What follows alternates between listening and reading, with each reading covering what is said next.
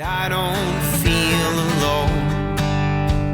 We just settled in and it already feels like home. You're listening to the Feels Like Home podcast with Mike Throne and Marty Ford.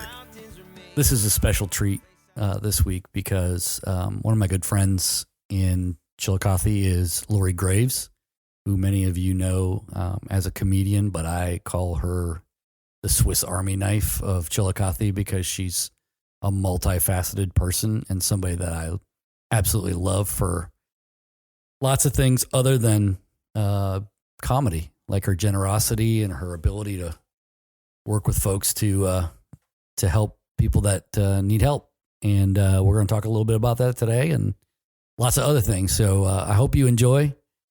All right. Well, we're season 2. We're finally here.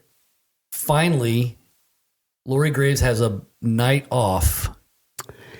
And we screwed it up and made her come to record a podcast. I felt really bad when you posted earlier this week, I've got a busy week. And then the first thing was the Feels Like Home podcast. This isn't busy to me. This is like I'm hanging out with friends. This isn't. I would have had trivia tonight had I not been here anyway. So, Gotcha. But yeah, no, I'm glad it's season 2. Yeah. I know. Is this the first? Is this number 1 of season 2? So we have one that would be your predecessor. Okay, so I was number 2. I was your second choice. Thanks. Tonight or midnight. But by the time this is out, it won't be that. Yeah, this is true. So we've got to remember that the timing that we do, like we can't speak. We always forget about that. We always forget to speak in like relative fashion.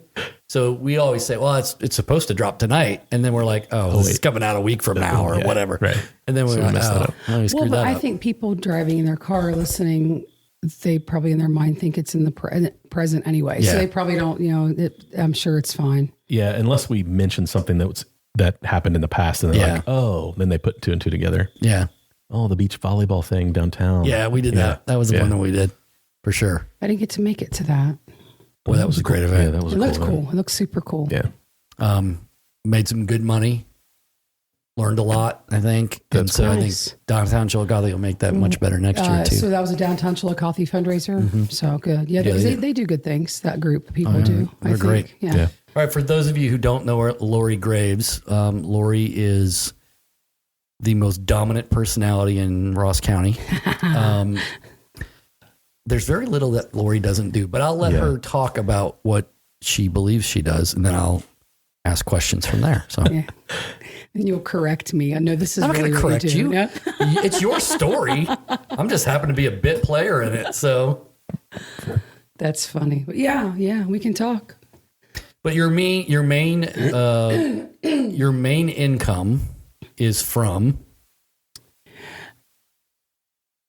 It's actually, it's 50-50 right now. Day job comedy, which is a good point to be at. Not during COVID when everything shuts down, but I had been working. I think had COVID not hit, I was on track. I'd have my best year, to date, and as far as shows and income, and I think that year I might have surpassed. So it's finally out. But it's been 12 years, and I've always heard it takes 10 years to start making money. Doing something. So especially comedy. So it's time. I mean, I'm not driving, a brand new car or nothing, but I can breathe now. The little side hustle has kind of helped me just, breathe and do things like go on vacation, So before we get too deep into where you are now with comedy, my question is like, did you think all along, like you're in high school or, it would be great if I did comedy or I feel like I could do that someday, or was this something that just sort of evolved with you? I know that like when I remember before you started doing comedy, you were famous for making jokes about people from behind the bar at the Cross Keys. That's where I remember meeting you. Yeah, that was back when I was super mean. Yeah. That was Angry Bitter Lori, the bartender Lori. She was fun. She was a good time.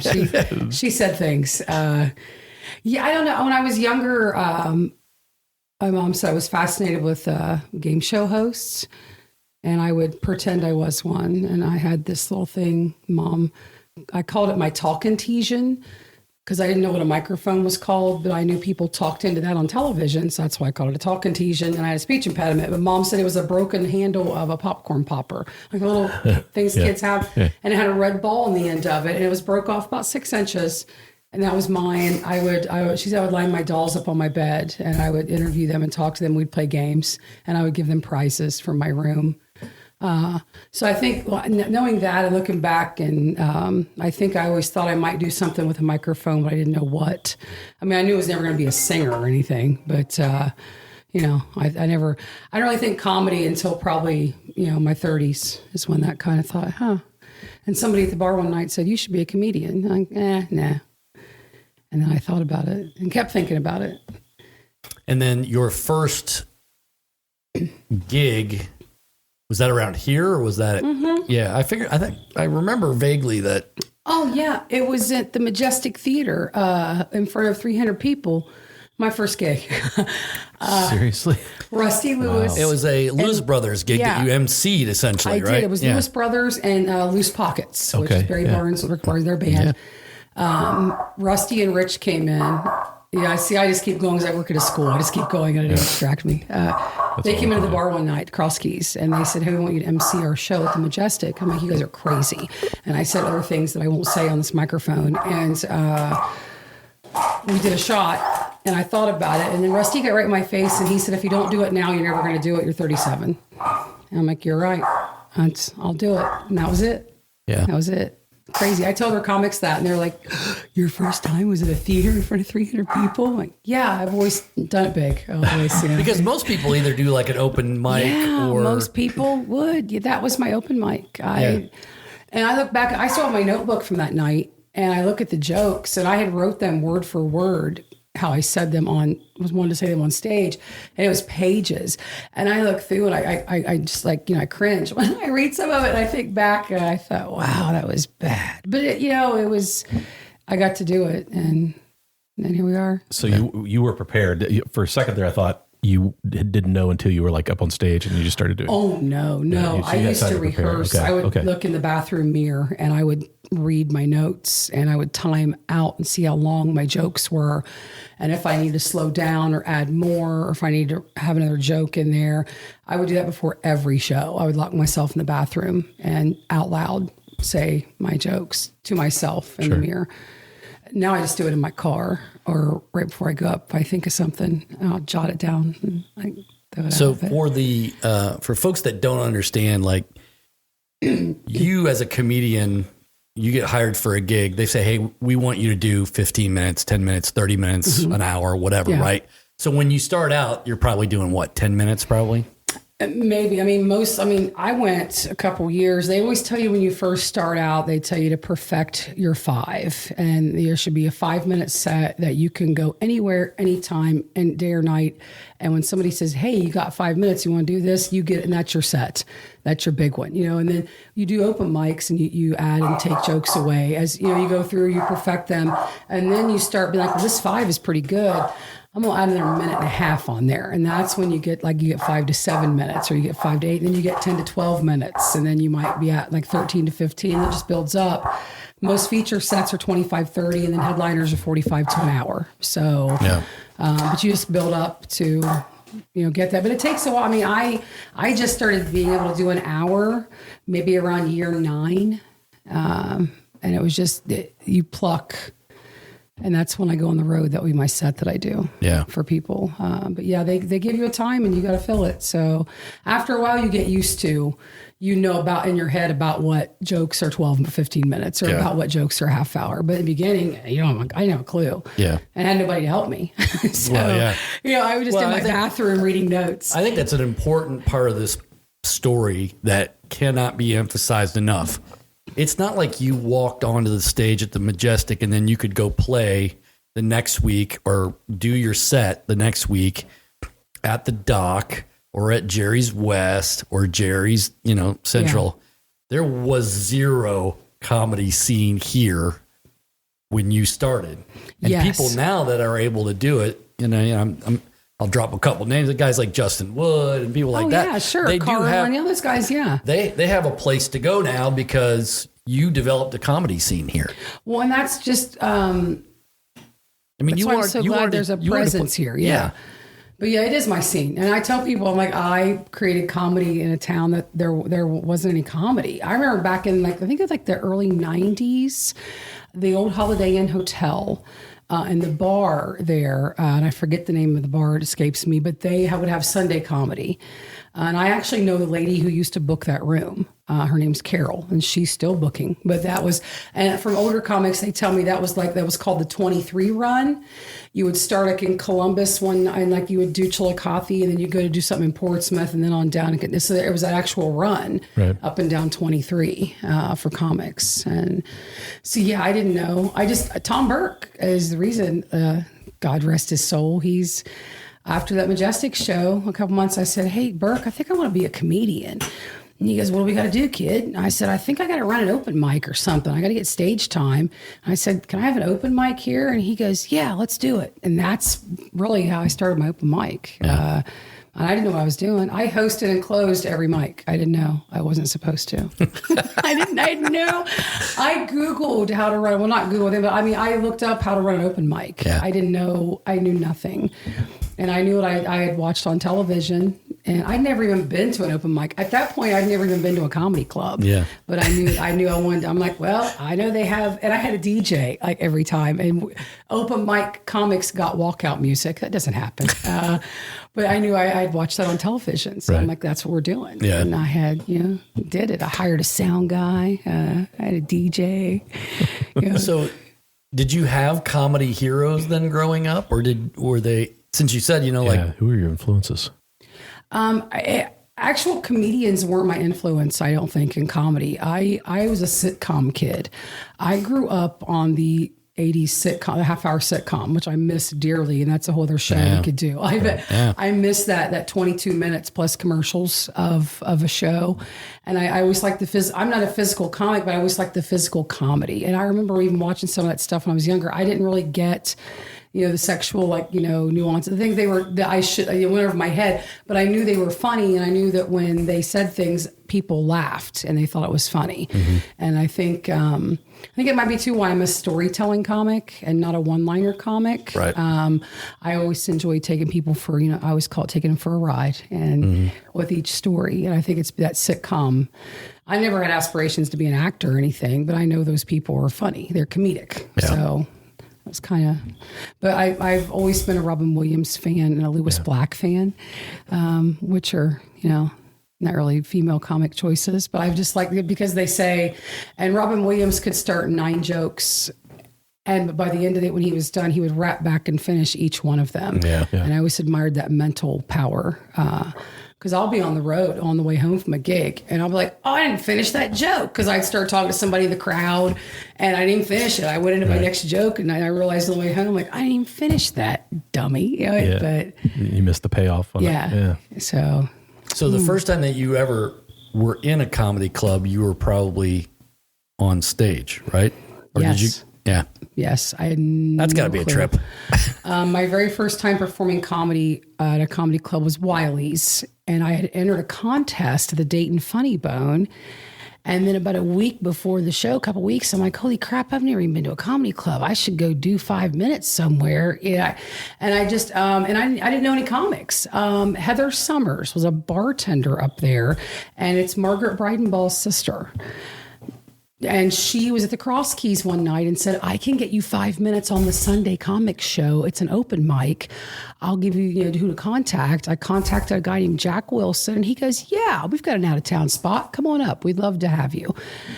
And I did no clue. And he knew nothing about who you were. No, but it was an open mic, so But I was terrified. I threw up in the alley before I went in. I was vomiting. I was like this, and I remember I walked in, I looked at my friend, and I'm like, what if they don't like me? And he's like, they probably don't like half the people up there. Just go up there and do your thing. He's like, your people like you. You're fine. And my first joke, which I can't tell here, nailed it. And I knew I had him. And then I calmed down after that. Yeah, and then the next week I went to Dayton to the Funny Bone, and I won that contest. Yeah, I remember that. It was a monthly thing. I won it. And I got second overall. Kenny beat me by his last joke. I had him until it was the last joke of his set. And then as soon as he said that joke, I'm like, knew. I lost. Yeah, I knew. Yeah.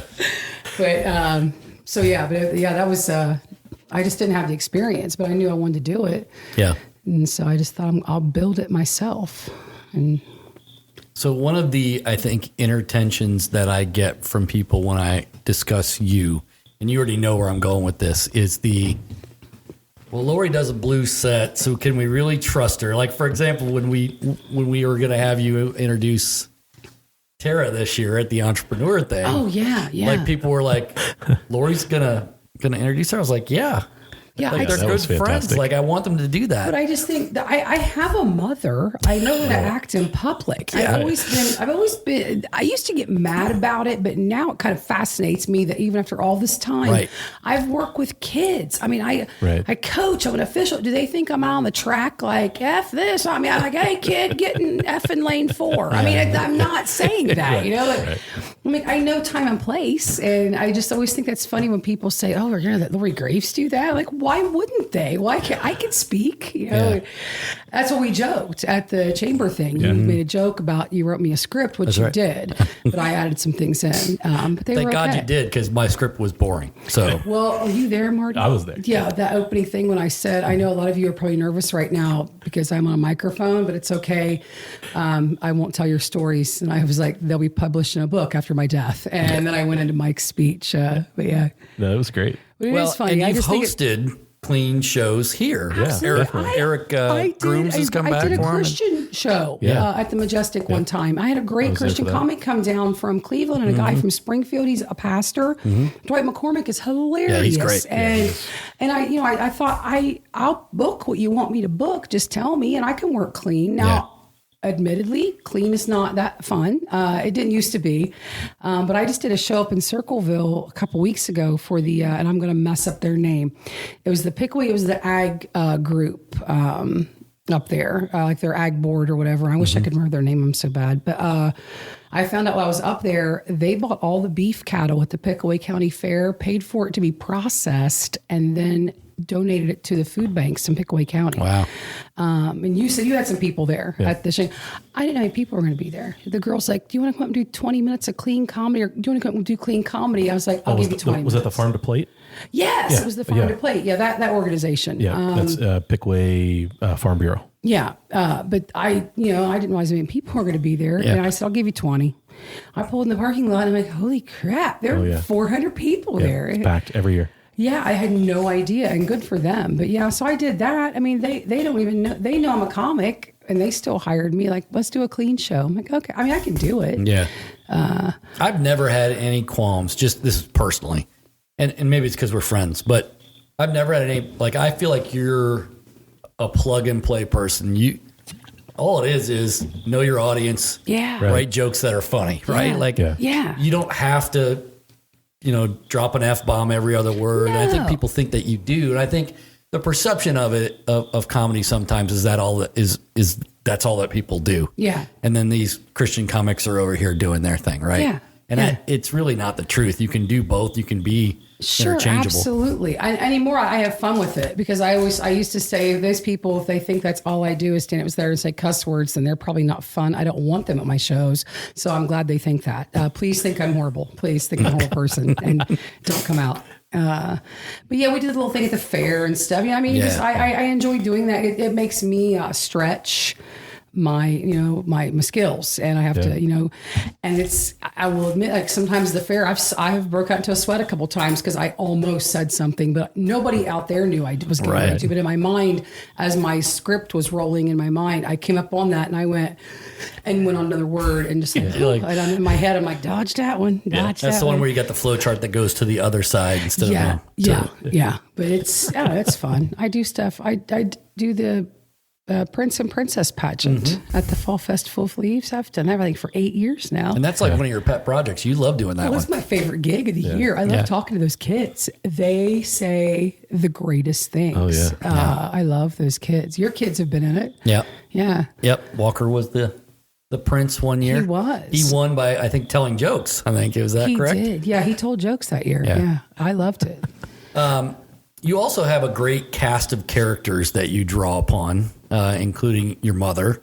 Oh yeah. And one of the kids that I know that you babysit and stuff like that. Let's talk a little bit about that. Okay. Cast of characters. Like, and I mean, obviously a lot of people talk about their parents, but like you seem to have, your mom comes to your shows and you literally tell jokes about her while she's sitting there, which is kind of an interesting dynamic.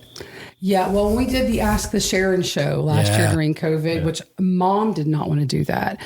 And she said, I don't know why I have to do this. And I said, because baby needs to make some money. And because I have my Venmo stuff up. But after that first time we did it, she got the feedback because I would have my laptop sitting, on the table, and then we were talking and things, so she could see the comments coming in, and it was hi Sharon, and I thought, oh, so the next week, she took her an hour to do her hair and makeup. I said, I need you to be ready by 7:20. We're going live 7:30, Sharon. That's the schedule. And so she'd come out, and then she started dressing in like themes, and then she always had to point out the jewelry she had on, who made it for her. Like, I'm like, are you a spokesperson? Were you an Instagram person, Mom? But we had fun. But Mom is, I started calling her the Sharon a long time ago.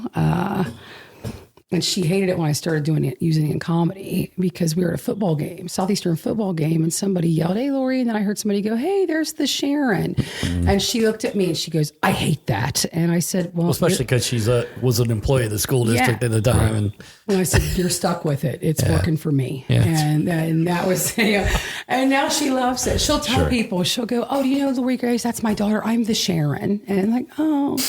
Well, it's probably become kind of endearing, right? Like, as a, absolutely. For her. And people call her Cher, because sometimes in post I'll call her the Cher, and I'll see like, how's Cher doing today? I'm like, she's great. I love it. It means people, they like Mom, and she'll come home and she'll say, I was at Kroger and 4 people said hi to me. I have no idea who they are. I'm assuming they're on your Facebook. I'm like, they probably are, Mom. I said, were you nice? Because I need them to buy tickets. That's also the rule too. Like, you have to be nice to everybody.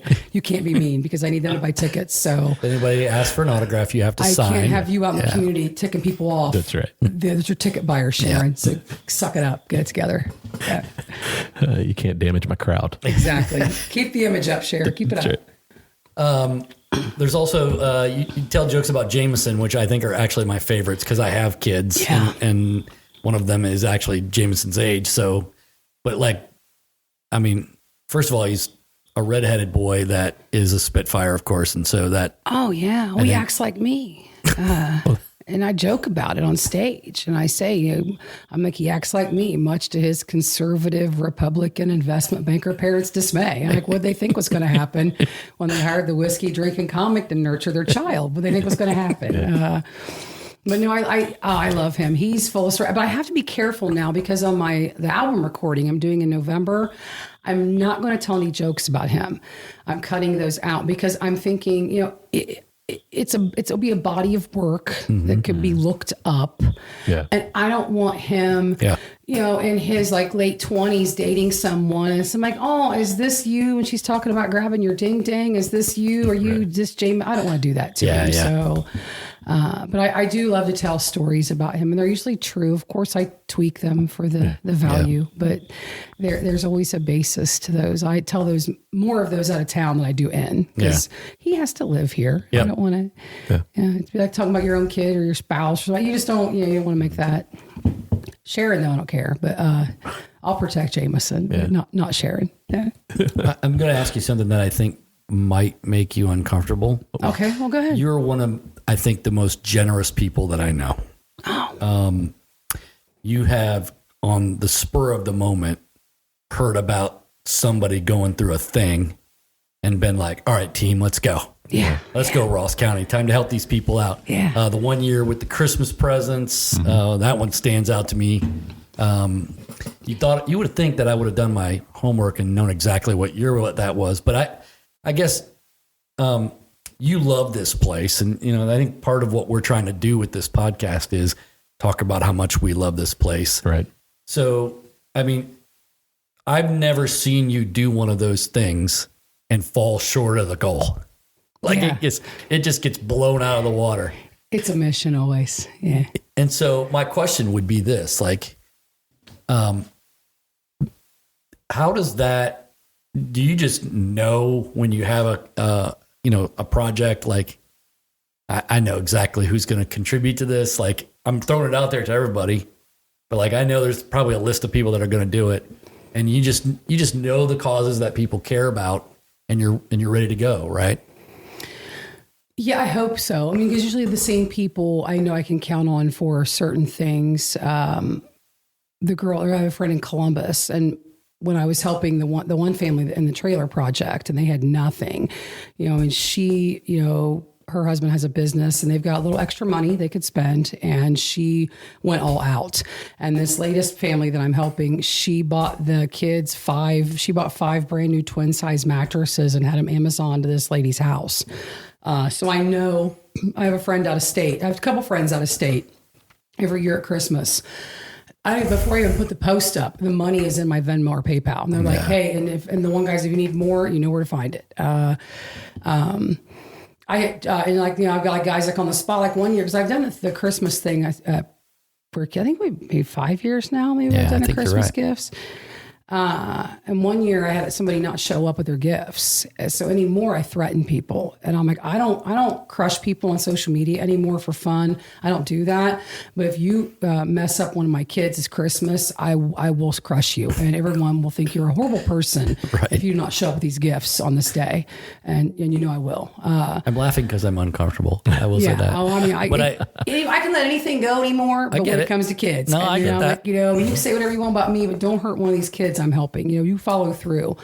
We were sitting at the bar sitting at the bar at Cross Keys, and I was waiting for these people to show up. They're not coming. And Chad Walters and his wife, Erin, always help me every year. Erin goes shopping, they come help. Well, Chad buys drinks for us, and then Vern actually does gift wrapping and things. Let me clarify that. But him and a friend of his were in the bar. And everybody has a role, Laura. Right. I walked out to them, and this is an example of how people just will, trust that I'm doing something good. I walked up to Chad, and I'm like, I need $100 from you. And I looked at his buddy, and I'm like, I need $100 from you. I have to go shopping. And they were like, okay. And I'm like, thank you. And I'll hit you up next year. There's people I know I can count on, but I'm also very surprised. The first couple of years I started doing things, the people that had the least gave the most. I was at Steak and Shake, and after one night drinking, and I was sitting there with some friends, and a waitress came over and gave me $20 and said, I wanted to give this to you to help buy gifts for a kid.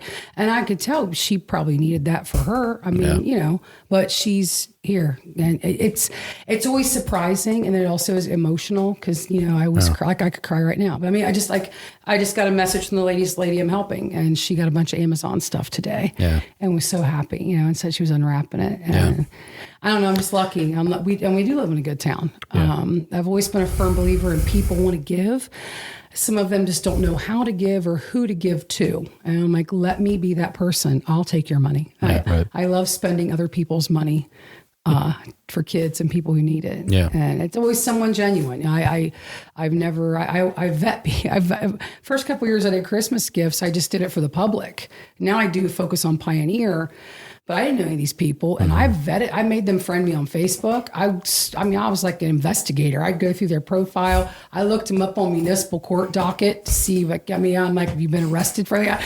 I don't know what I thought I was doing, but I thought at least I need to check them out and make sure that my friend's money is going for people who will appreciate it and deserve it, and I don't want to take advantage of my friends with their money. So it always goes 100% to wherever I'm going. I think it's a wonderful thing that you've built this platform in our community with your comedy that has allowed you to really pour it back into the community and help. And that's a wonderful thing. Like Mike, we always come back to this when we talk about the podcast. I'm not sure that everybody sees that, and that's why you're here, is to give you an opportunity to talk about that. You're not bragging about it. It's just, it's you understand the position that you have, and that you can make a difference, and you can help people. And then there are people out in this community that you can count on. And that it's just a wonderful thing about living in Chillicothe. Not everybody sees it. And it frustrates me sometimes. Oh, it is when you hear people like talk bad about our community. We have this conversation all the time. We do. It's infuriating, because if you only knew the true heart of Chillicothe, and that's what, when I see your posts and when you're reaching out to help people like that, that's what I'm seeing. I'm seeing the heart of Chillicothe beating, and it's wonderful. Well, and it's not, I mean, people do want to people say things about this town. We're no different than any other town our size in the Midwest. We just, for a couple years, we became the problem city poster child for the national media because we did have some unfortunate things that happened here. And that put us on the map, their radar. And then they just started looking for things here that they could exploit. And, going down and interviewing people downtown, working at restaurants and stuff. I go, do you like Chillicothe? Well, I mean, yeah, you probably caught them on a bad day. Yeah, they're going to rattle off some stuff. I mean, that's not who we are. No. And we didn't get a fair representation. I don't think. We never have. We've just always been that little town that, the little joke town. Yeah. A buddy of mine one time years ago said, referred to this place as the little town that couldn't. And, we're really the little town that can, and that did, and that is doing, I agree. It's not going to happen overnight because it didn't get to where it was overnight. Yeah. And we could all say we all had a part in that. A lot of time we turned our head and tried to ignore what was going on. And now that we're older, we can see it. So let's do something about it.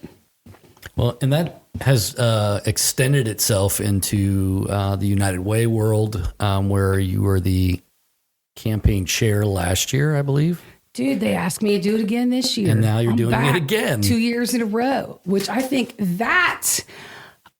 when they called me to do that, I remember I went home and looked at Mom and I'm like, you're never going to believe what because again, how people think I'm, so horrible person because I cuss on stage.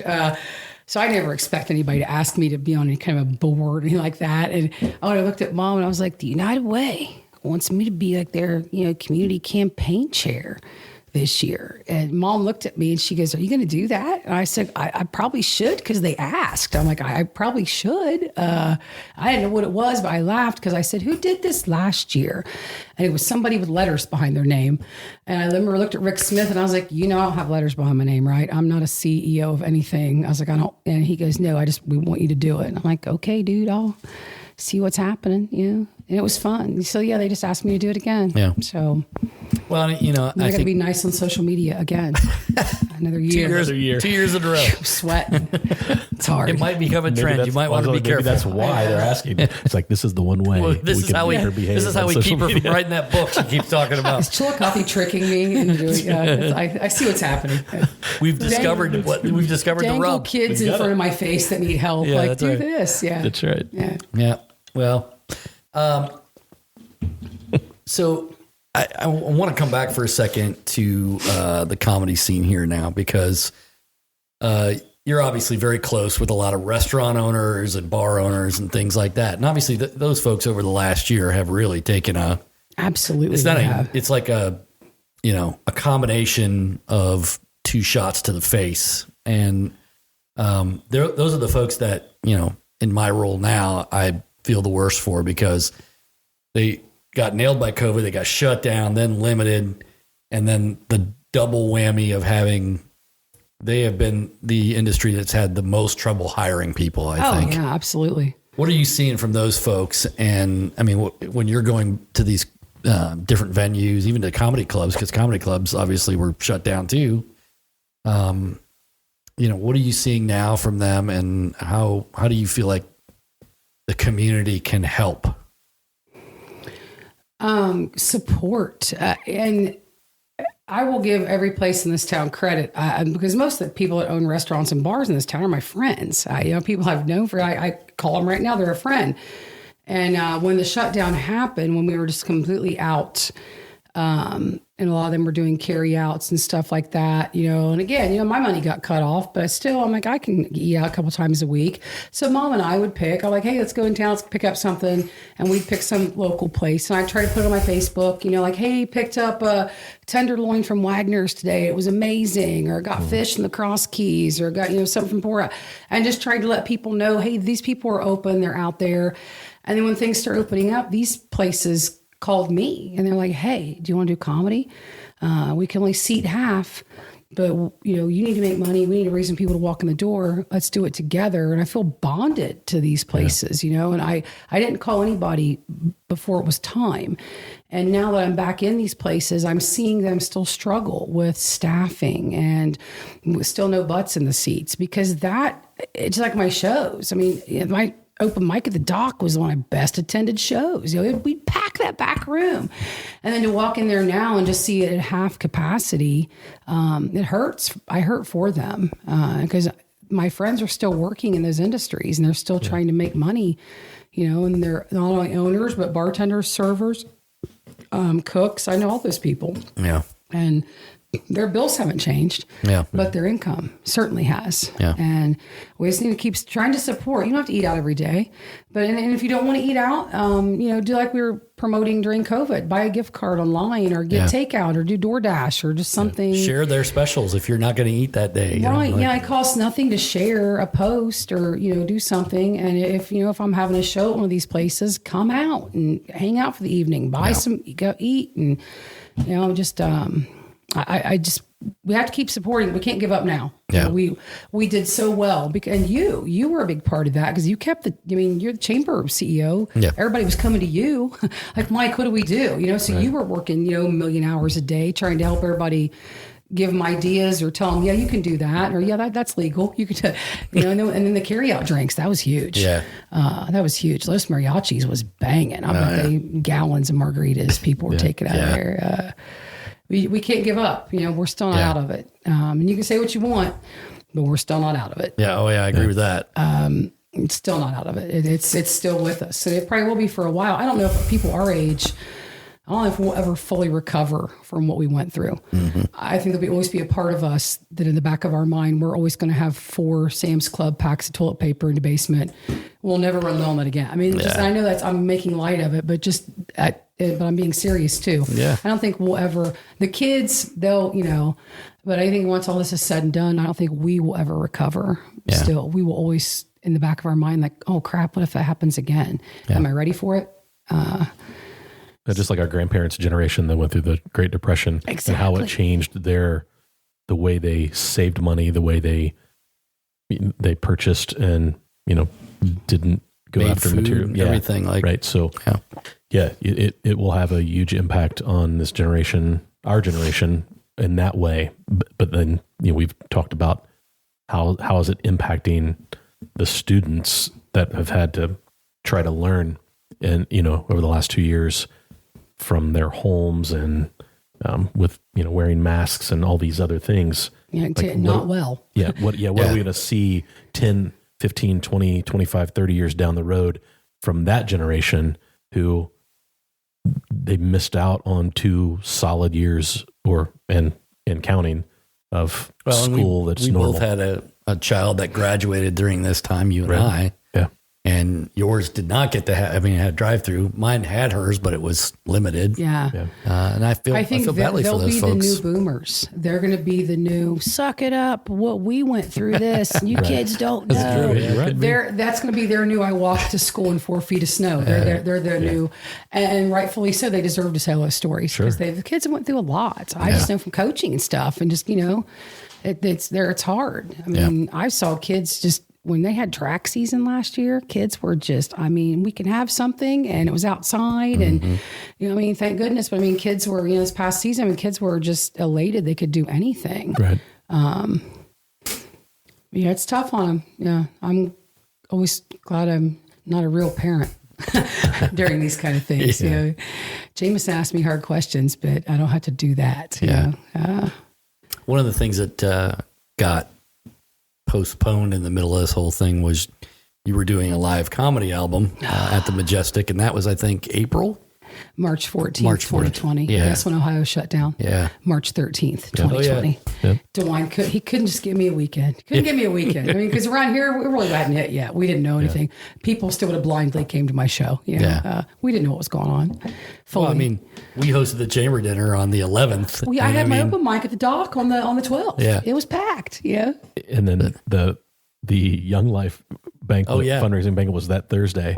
And we were all sitting in the room going, I bet somebody in this room has it right Has now. it right now, yeah. We have no idea. Chamber did. We for sure. Some people in here have COVID. How we did not have like that be a super spreader event. I know. I don't have no think it was idea. around here that much yet. Yeah, I think we yeah. were still lucky Yeah, at that I point. think so too. But your live comedy album is back on. Oh, we're doing it. That's And awesome. Doing it. talk a little bit about that, because to me, and then I want to ask you as well, and we'll get to this after in a second, but like you're working with a lot of great comics that are regional folks. I want you to talk about some of the folks that you really like, because I know you really like some of the comics that you bring here. Oh yeah, I got you have favorites. you have a lot of fun with them. But let's talk about the album first, because that's a big deal. I was ready to go. Yeah, the day before. I always joke, and a lot of other comics do too, about some of the younger guys that'll start and they've done comedy for 3 months and they record an album, And I never did that, because I never, in my mind, I'm like, I'm not there yet. And I've always treated comedy.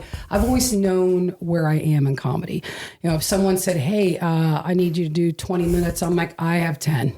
I've never went above what I knew, because I didn't want to fail. I'm like, that's the best way to fail, is so I always know my place. And I thought I need to have at least 45 minutes to an hour of solid material before I would do an album. I'm not going to do like a 20-minute album. It's going to be a real deal. And I thought, okay, I'm ready to do it.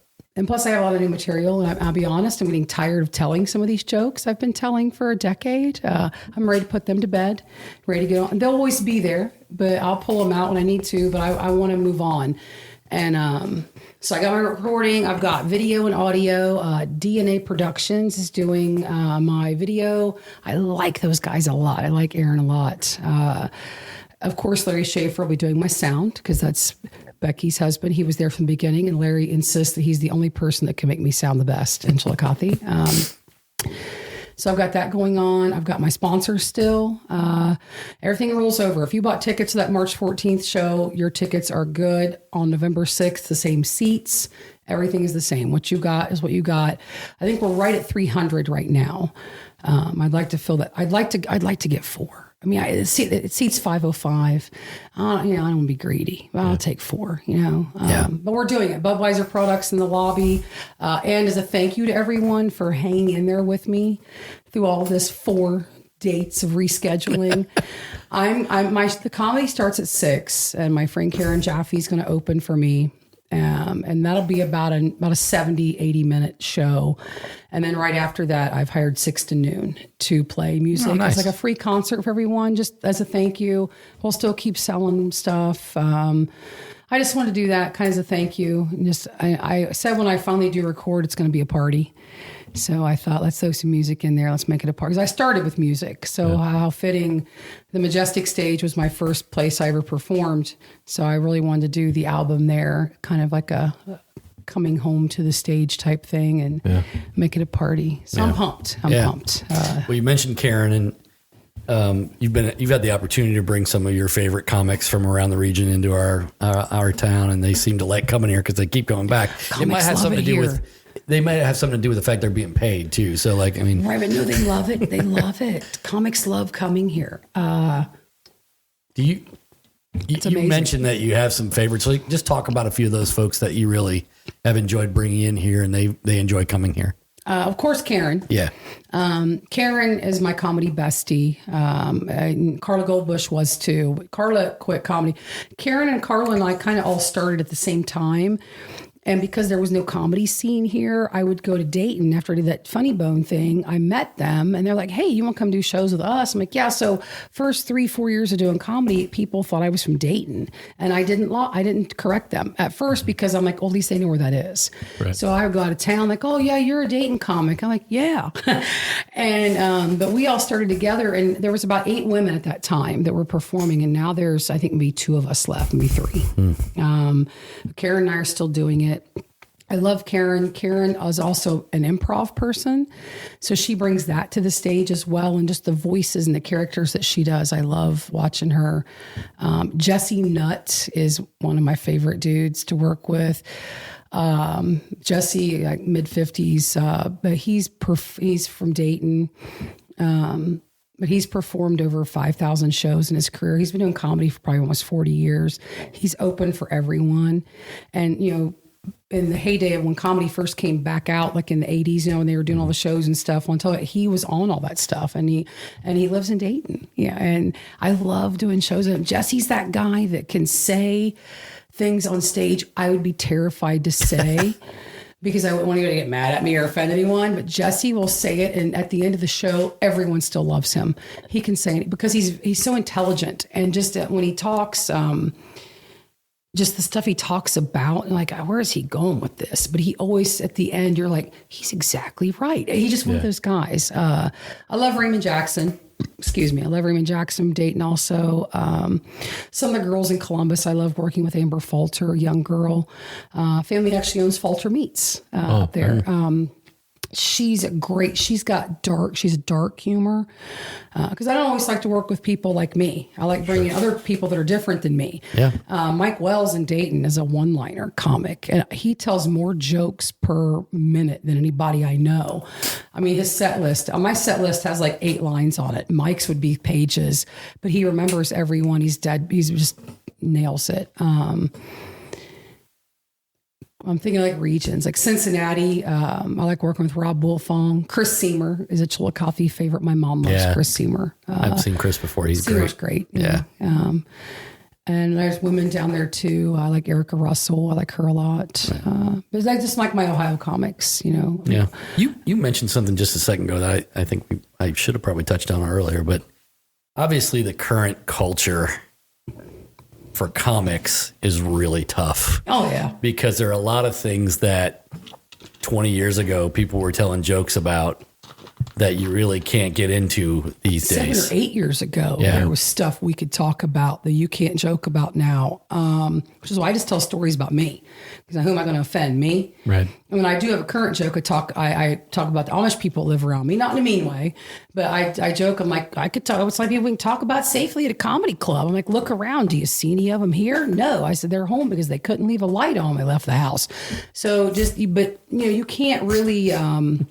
Can't talk about it. I'm terrified to see you're laughing now. Now you get it. Yeah. The audience has that delayed reaction too.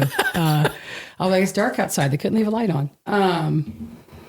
But yeah, it's crazy. And I hate it and I like it because the older I get, the more I am worried about offending people. But I think it's because I have been doing comedy for so long. I'll give you an example. Probably about 8-9 years ago, I did a joke about cutting. Like people who cut themselves. Mm-hmm. And the whole thing was, I was just trying to say like fat people have it worse. Like you guys, at least you guys can throw on a turtleneck, they can see me still, I think I closed the joke and I was like, do what other people do, overeat, pull your eyebrows out, do something like that. Stop cutting yourself, which was funny at first until a girl in the audience, one of the shows one night came up to me and she's like, hey, I've always liked you. By the way, I was a cutter and that joke really offends me. And that opened my eyes and I thought, hey, I probably shouldn't be saying this joke. And then on the way home, I just said the joke over in my head over and over again. But by the time I got to my house, I'm like, I'm done with that joke. I haven't told it since. Yeah. And not that was ever a funny subject to talk about, but people weren't as open about it then. So it really wasn't, was something I thought I had a unique joke, but it turns out I was just being a butthole and I shouldn't have been. Yeah. But after I thought about it, I realized. So now I told you the other night, all the new material I'm writing is kind of cleaner now. And I don't know. I was like, I hate myself, Mike. What am I doing? I'm turned She's into. Become her own enemy. He's like, you're grown up, Lori. I mean, but I just, we all have to do it sometime. Okay. Don't get me wrong. I still like tell my lion's den joke. Don't get me wrong. But the newer stuff, it's stuff I can make clean if I needed to. Yeah. Right. And it's just, I don't know. I just feel like I'm evolving, I guess, into. I feel like I'm seeing that out of lots of other comics too, that the times that we're in, I listened to a podcast about the TV show Scrubs. Yeah. And how they're like, this show, they're rewatching the show and talking about each episode in the podcast. And they're like, oh yeah, we couldn't do that today. No. Yeah. There's no way we could tell that joke today. There's no way we could use that storyline anymore because it just doesn't hold up. And I think that you're seeing that comedians are, it's not that they're cleaning up their act, but it's that they're trying to be more sensitive to the comedy that there's, the jokes that they're telling. And so I have an appreciation for that. But then again, sometimes I just go, what happened to it being comedy and like things like there was some already forgiveness built into, comedy sketches and it depends on, like, I've noticed I can still say a couple things, but it's delivery. And I've noticed the guys that still kind of insult, but people still like them, are guys that are just super blunt, or even women. I shouldn't just say guys. And they're doing a lot of that. And I was going to talk about that. I need to correct myself because I have a thing of saying guys, whenever women are doing comedy too. Yeah. And when I do some of my dating material, I've made it to where it could go for either gender or any relationship that anybody is in, because you can't assume that all relationships are men and women anymore. That's something I'm aware of on stage now. So I've kind of made so anybody in the audience can identify with what I'm saying. Anybody can that's one of the things that you just need to be more aware of your audience. And just the longer you're in it, I think, because you see the young guys, they're still slinging that stuff. I'm like, and probably shouldn't have said that, friend. After the show, like, what'd you think of my set? I'm like, there was one sentence I would never say again if I were you. And if you want to keep working, maybe it works for you, but I don't recommend it. But it is. Yeah, because you're going to run into somebody that's going to be like, I'll never work with that guy again. I do not like it when comics use the R word. Because of where I work, and that's insulting to the community I work with every day. But I've also been the comic too at a booker. I'm not going to tell you what to say on stage. That's your time. And if the audience doesn't like you, okay. Now, if you grossly offend my audience, I won't book you again. Mm-hmm. Right. But at the same time, people also understand they're going to a comedy show.